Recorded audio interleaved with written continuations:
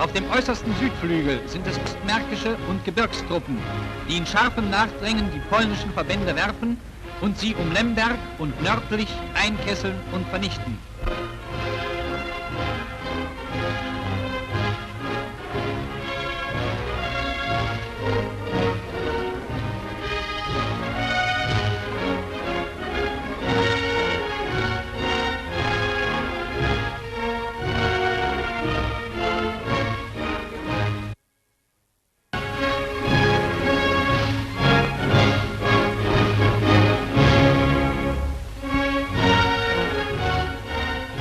Eine Überraschung gibt es für unsere Soldaten beim Übergang über den Sand. Mehrere Stunden beobachtet der Führer die vorbeirückenden Formationen.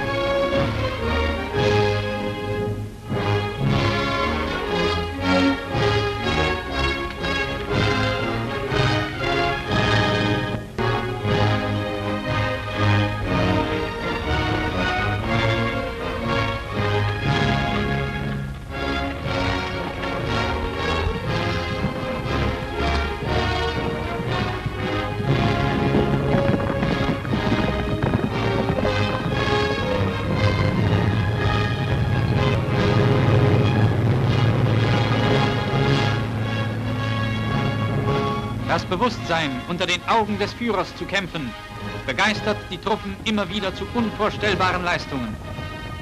Um dem Feind keine Atempause zu gönnen, wird die Verfolgung Tag und Nacht fortgesetzt. Der Vormarsch der deutschen Soldaten steht in der gesamten militärischen Geschichte einzigartig da. In den ersten 8 Tagen besetzten sie ein Gebiet, dessen Eroberung im Weltkrieg ein volles Jahr gedauert hat, entscheiden damit bereits das Schicksal des ganzen Feldzuges.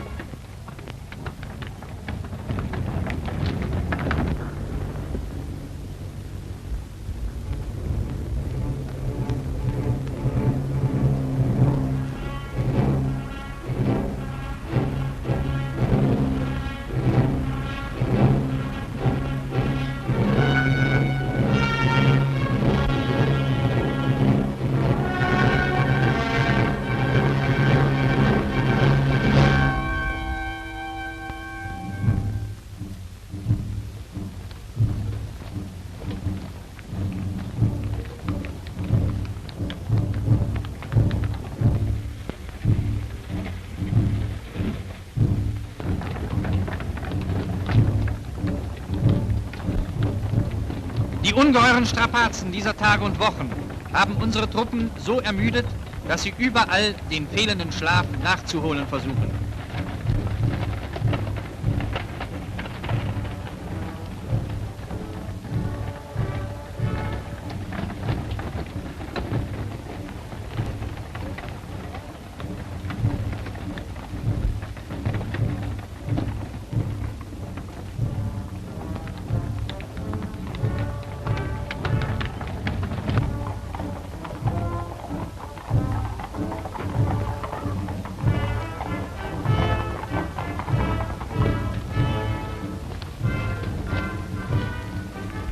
Auch den kleinsten nutzen die Soldaten zur Ruhe.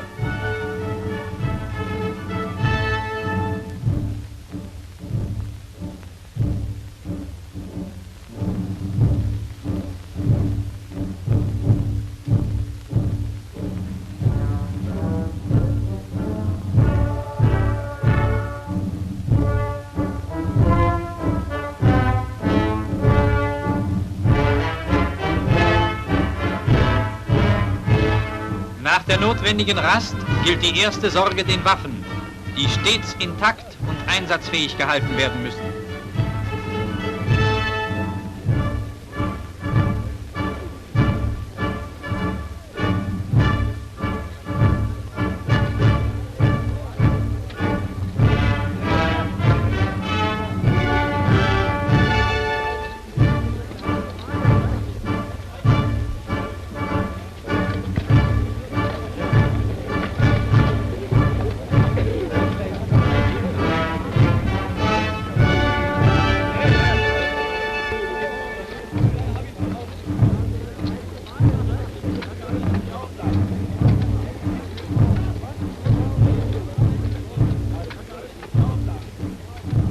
Nach der Ruhepause geht es unermüdlich weiter.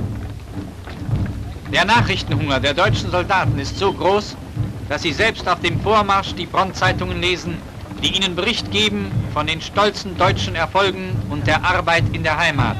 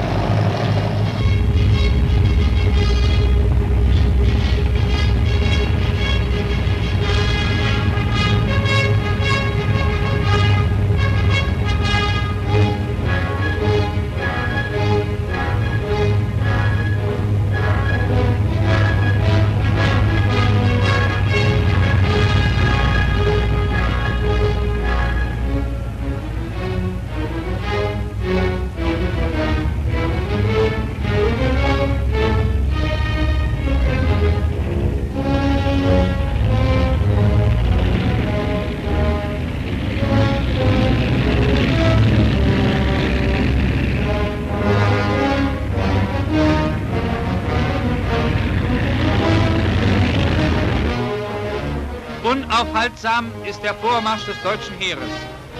Wenn die Polen gemeint hatten, ihre Maginot-Linie seien ihre schlechten Straßen, so wurden sie eines Besseren belehrt. Weder für die motorisierten Kolonnen noch für die Fußtruppen waren sie unüberwindlich.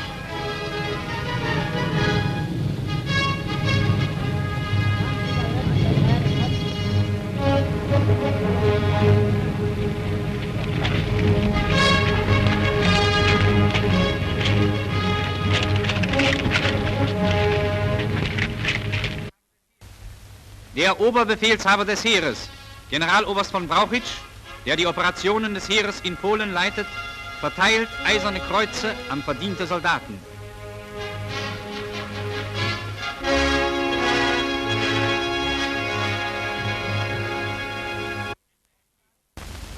Geht ihrem Ende entgegen. Am 13. Kriegstag ist der Ring um die Reste der polnischen Hauptarmee geschlossen. Die in fortgesetzten Angriffen mehr und mehr zusammengetriebenen polnischen Divisionen versuchen vergebens, durch verzweifelte Gegenstöße an verschiedenen Stellen den Ring, der sie umschließt, zu sprengen. So wie sich vorher die Angriffskraft der deutschen Divisionen auf das Höchste bewährt hatte, so bewährt sich nun nicht minder ihre Standfestigkeit. Das Ergebnis dieser Schlachtenfolge war die fast restlose Vernichtung der westlich der Weichsel angesetzten polnischen Armee.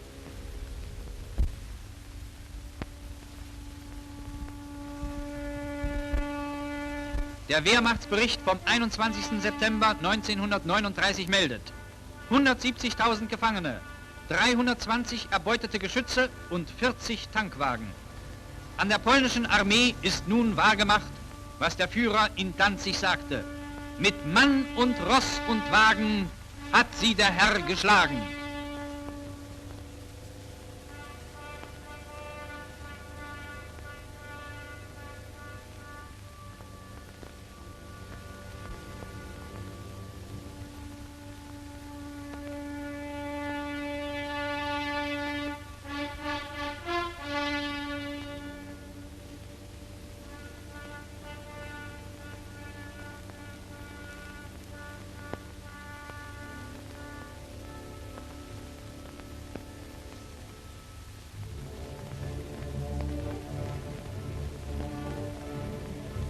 Am 18. Tage des Feldzuges treffen sich die deutschen Truppen mit den inzwischen von Osten in Polen einrückenden russischen Formationen.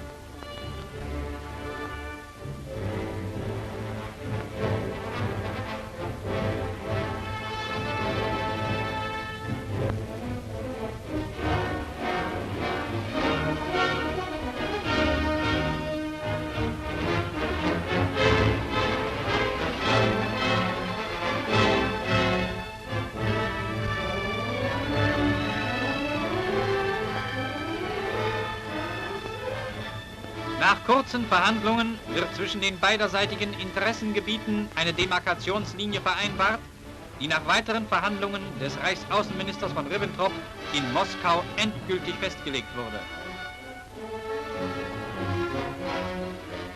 Inzwischen wurde der Ring um die polnische Hauptstadt geschlossen.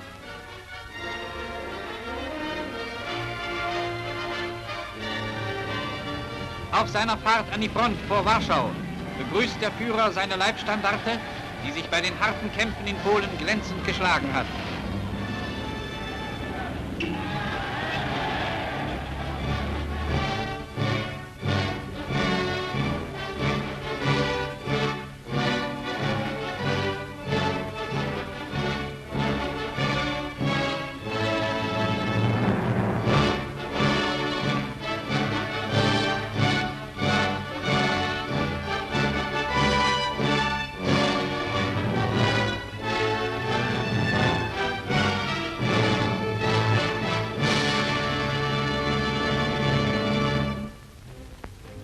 Um die Bevölkerung von Warschau vor Not und unnötigem Blutvergießen zu bewahren, lässt das deutsche Oberkommando durch Funk- und Flugzettel den Kommandanten der Stadt auffordern, sich innerhalb von 12 Stunden zu ergeben.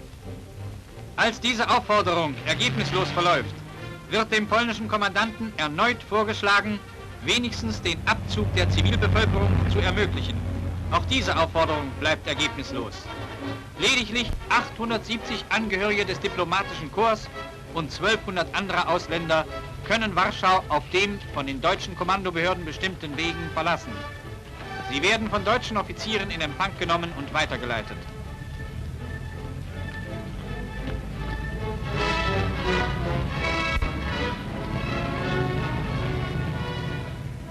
Nachdem alle Versuche zur Rettung der polnischen Zivilbevölkerung Warschaus fehlgeschlagen sind, müssen nun die Kanonen sprechen.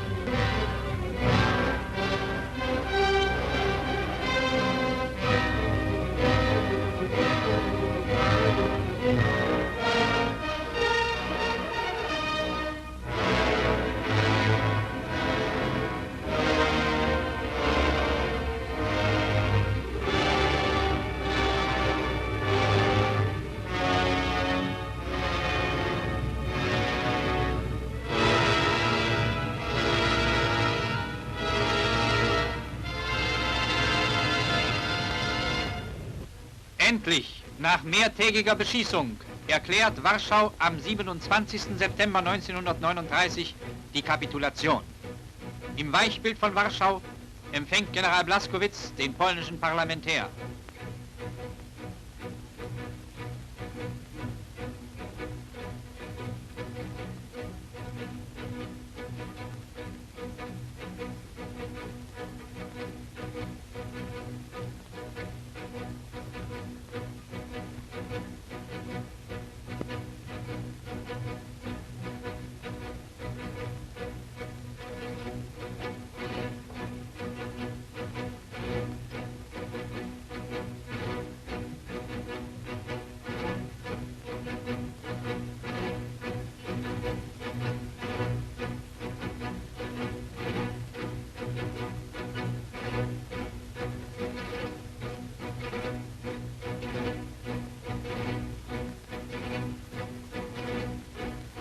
Die ersten deutschen Soldaten rücken in Warschau ein.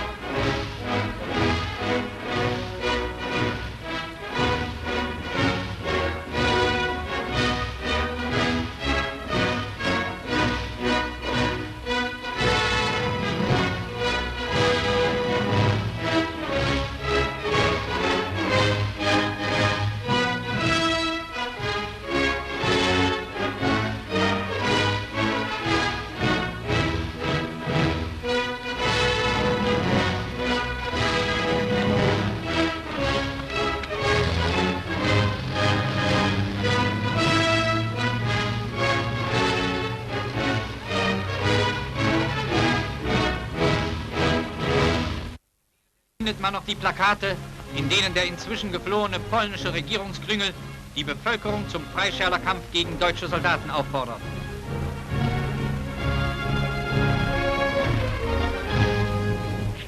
Am 29. September beginnt der Marsch der 120.000 Mann zählenden Besatzung Warschaus in die Gefangenschaft.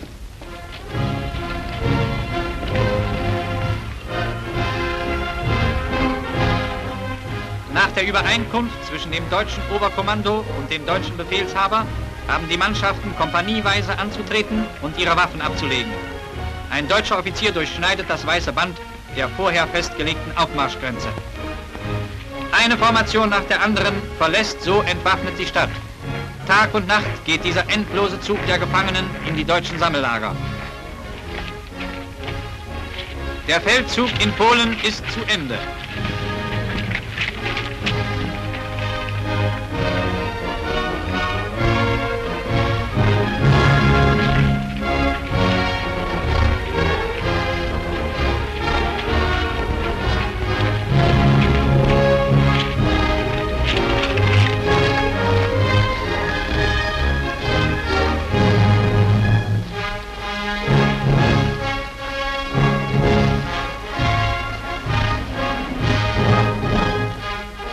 Inzwischen rücken Abordnungen aller Truppenteile, die um Warschau kämpften, in die Stadt ein, zum großen Vorbeimarsch vor dem Führer.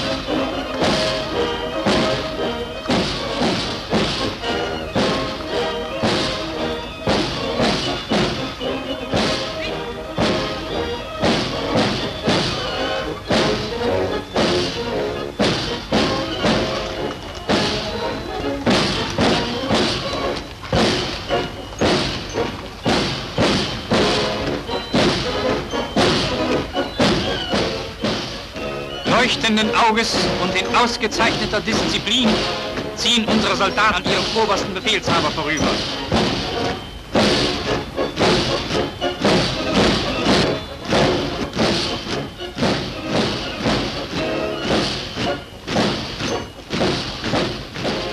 Diesen Männern sieht man nicht an, dass sie unmittelbar aus dem Kampf kommen und schwerste Strapazen hinter sich. Ein stolzes Bild deutscher Wehrkraft und Stärke und die Gewähr für den endgültigen Sieg.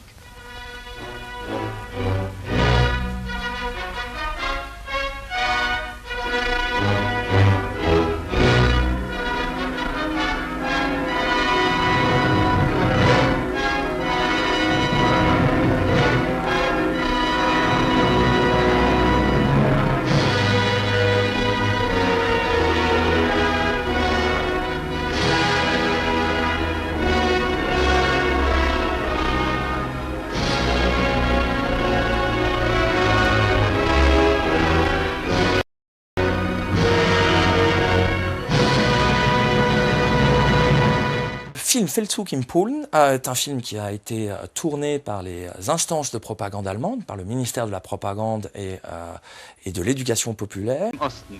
Les premières images du film sont des images de la ville de Danzig, et ce sont des images qui sont des images, je dirais, patrimoniales, au sens où on y voit le centre-ville historique médiéval hanséatique de la ville, qui nous rappelle que la ville a été conquise par les Teutoniques sur les ducs de Poméranie, sur les Vandes, ces populations pré-chrétiennes qui occupent la région.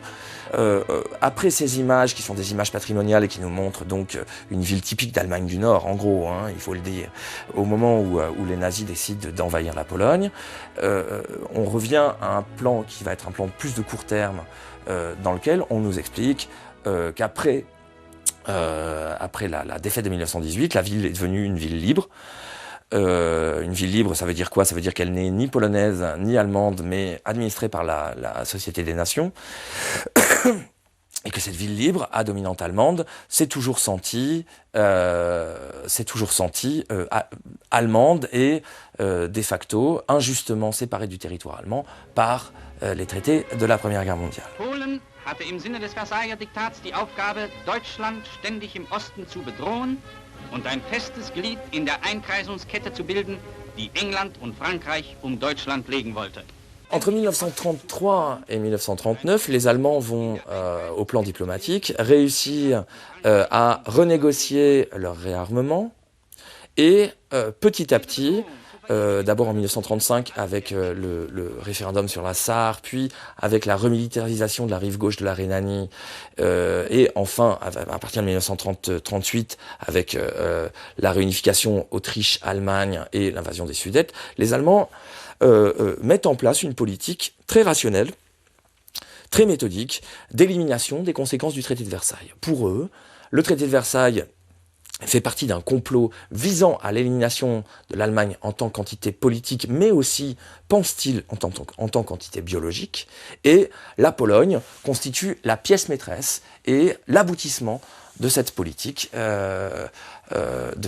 d'élimination des conséquences du traité de Versailles. Évidemment, dans cette les Allemands veillent à apparaître comme étant épris de paix, en cherchant quasi systématiquement une solution négociée. Et évidemment, il y a une séquence extrêmement intéressante dans le film, dans laquelle nous est montré, carte à l'appui, comment les Allemands ont essayé de trouver une solution pacifique à la question de Danzig, notamment en proposant au gouvernement polonais la construction d'autoroutes extraterritoriales qui auraient permis de relier la Prusse orientale et le territoire du Reich en passant par Danzig pour n'avoir pas à remettre sur le tapis la question du statut de ville libre.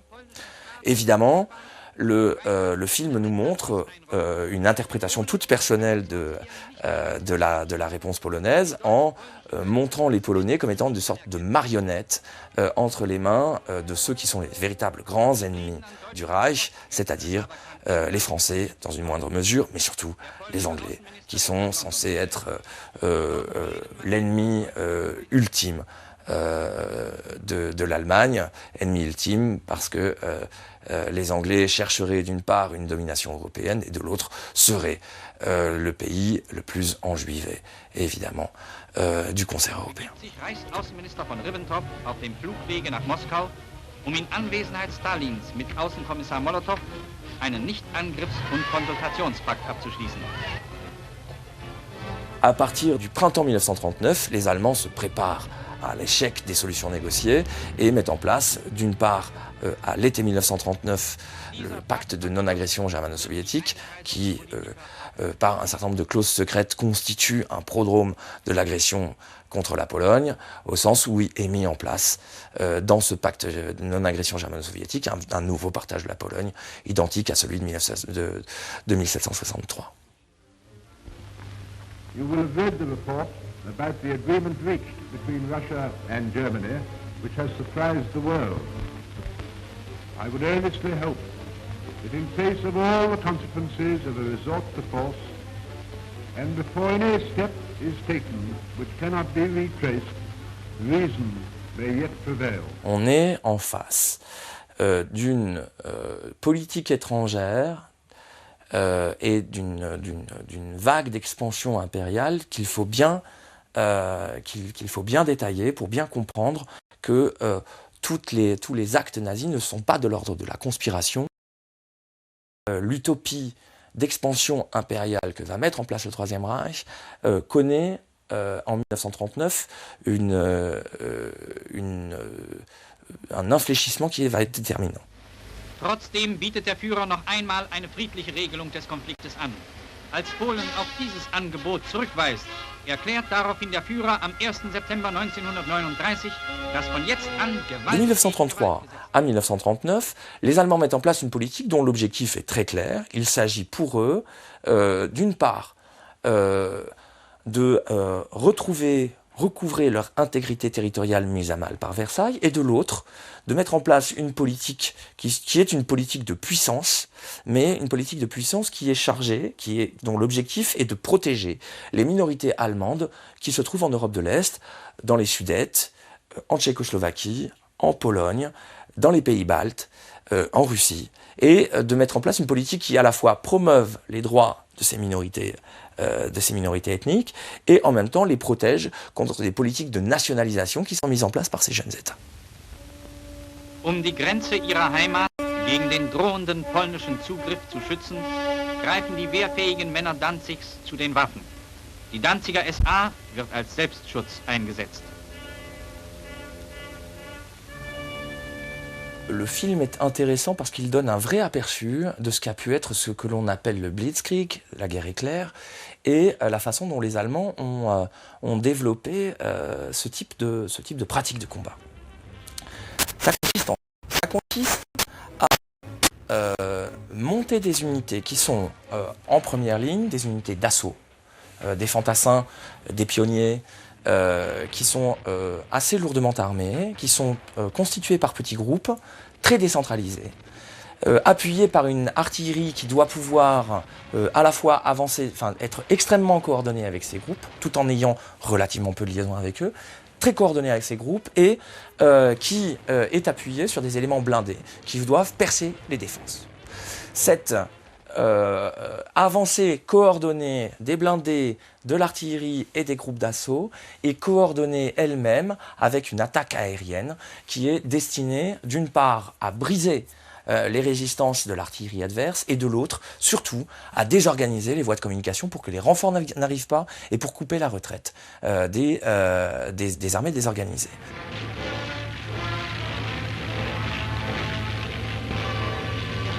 L'une des grandes caractéristiques de ce film est d'édulcorer complètement, puisque les militaires appellent la phase cinétique du combat, c'est-à-dire la violence, la mort, etc., etc.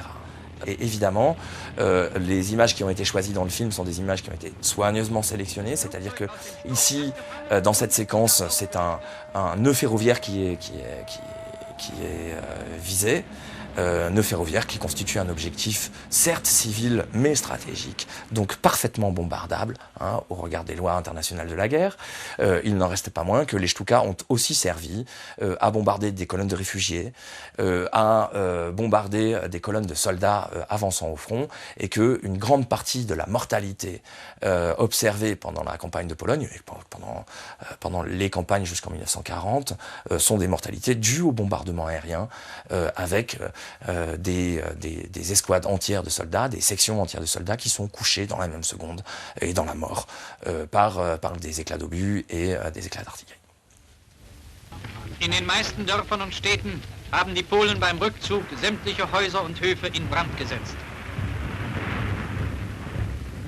Pourquoi les Allemands accusent-ils les Polonais de mettre en place une stratégie de la terre brûlée? Il y a deux fonctionnalités à cette accusation. La première des fonctionnalités, c'est évidemment de masquer les immenses dégâts, à la fois matériels et humains, qu'inflige l'armée du Blitzkrieg au territoire polonais. Première chose, évidemment, les Allemands n'y sont pas allés avec le dos de la cuillère. Ils ont attaqué dès le début des objectifs civils, bombardé Varsovie, qui pourtant était un objectif civil et symbolique, mais pas un objectif militaire. Première fonction, masquer cette séquence de totalisation de la guerre que mettent en place les nazis, et de l'autre, cette stratégie de la terre brûlée est définie comme une stratégie d'embuscade qui permet aux Allemands d'accuser les Polonais d'avoir laissé dans leur fuite des francs-tireurs. C'est-à-dire des soldats qui sont censés être des snipers et qui sont mal uniformés et peuvent être pris pour des civils. In unaufhaltsamer Verfolgung rücken die deutschen Truppen nach.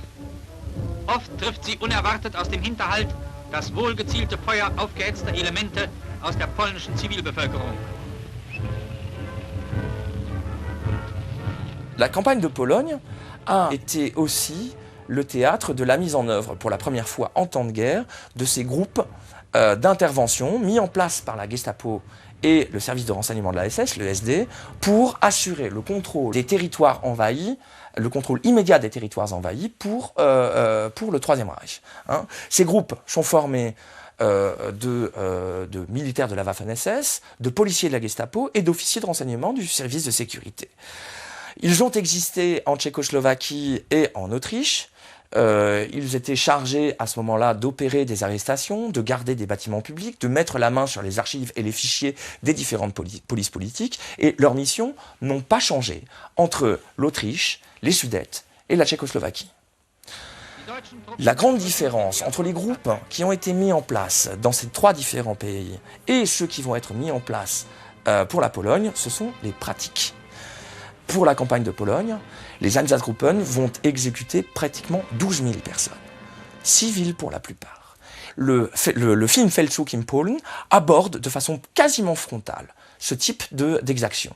On le voit dans les images, on a deux séquences pendant lesquelles des hommes uniformés allemands sont en train d'arrêter des groupes dans lesquels sont mélangés des civils et des gens qui sont très clairement uniformés. La rhétorique des francs-tireurs, telle qu'elle a été développée en 1939, est donc un héritage des conflits précédents, et dans le même temps, elle va être la rhétorique qui va permettre la mise en place de stratégies d'assassinat civil extrêmement intéressantes. Donc on a une séquence dans laquelle nous avons deux soldats polonais uniformés et un civil qui sont arrêtés. Il paraît absolument clair que ces trois personnes n'ont pas dû survivre plus de 2 heures à leur arrestation, elles ont été fusillées.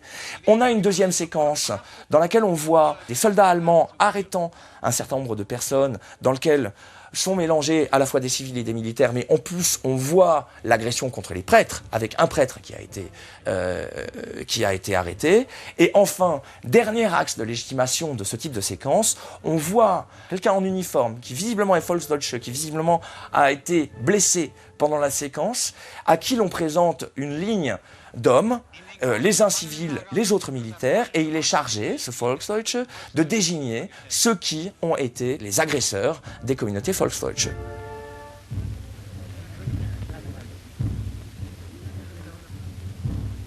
La séquence se termine avec la présentation d'un homme, Have Hirsute, complètement paniqué, sur lequel on a un gros plan, à qui l'on a donné un nom, et qui est caractérisé comme étant l'un des bourreaux de ces Allemands ethniques, qui auraient pris part à des massacres, et dont le destin est évidemment tout tracé à partir du moment où il entre dans le champ de la caméra. Hier der berüchtigte Meuchelmörder von Konitz, der schwer verwundeten deutschen Soldaten die Augen ausgestochen und sie auf bestialische Weise zu Tode gequält hat. Cet homme, après avoir été présenté, identifié, après que ces crimes aient été présentés à la caméra, a bien évidemment fait partie des 12 000 personnes qui ont été fusillées pendant ces 6 premières semaines du conflit par les Einsatzgruppen. Nach der Übereinkunft zwischen dem deutschen Oberkommando und dem deutschen Befehlshaber haben die Mannschaften kompanieweise anzutreten und ihre Waffen abzulegen. Le triomphe constitue la dernière thématique, en fait, du film, avec deux grands axes de discours. Le premier est un axe qui est de l'ordre du trophée. Les armées allemandes vainqueurs mettent en représentation ce qui est le corollaire de leur victoire, c'est-à-dire d'un côté de très longues colonnes de prisonniers hâves, blessés, inquiets, fatigués, et de l'autre, les amoncellements absolument gigantesques d'armement, armement individuel mais aussi armement collectif, que l'on voit bien avec des amoncellements de canons, des amoncellements parfois de plusieurs mètres de hauteur de fusils, qui constituent un butin, une prise de guerre, un trophée pour les armées allemandes triomphantes.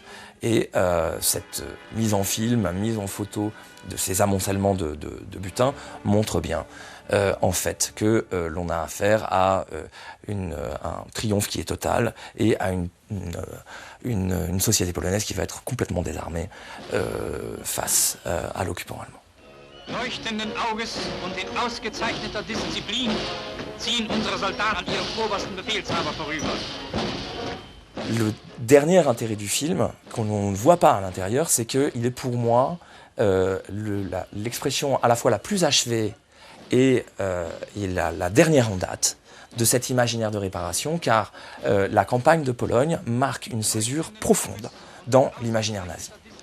Les Allemands, à partir de la fin de la campagne de Pologne, décident de germaniser. Et germaniser, cela veut dire deux choses. Ça veut dire expulser des Polonais et trouver le moyen de neutraliser des populations juives qui sont considérées comme étant un facteur de trouble extrêmement important.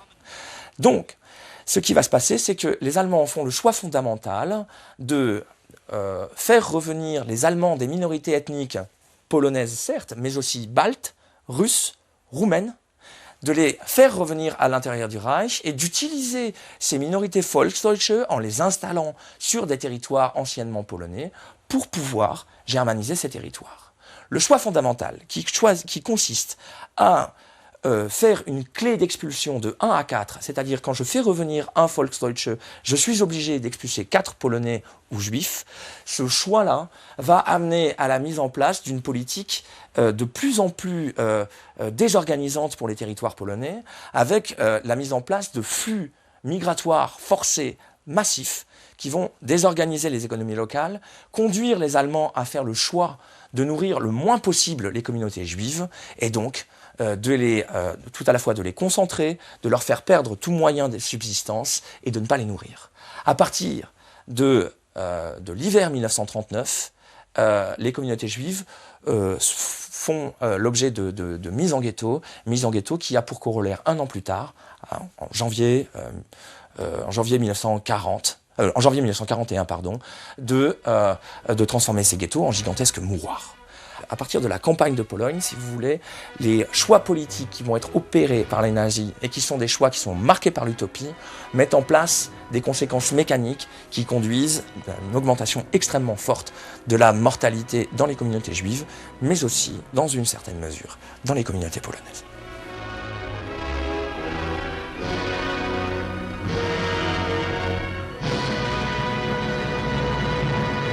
Avec Feldzug in Polen, on a donc la dernière expression absolument paradigmatique de l'idéologie nazie de réparation des torts subis en 18.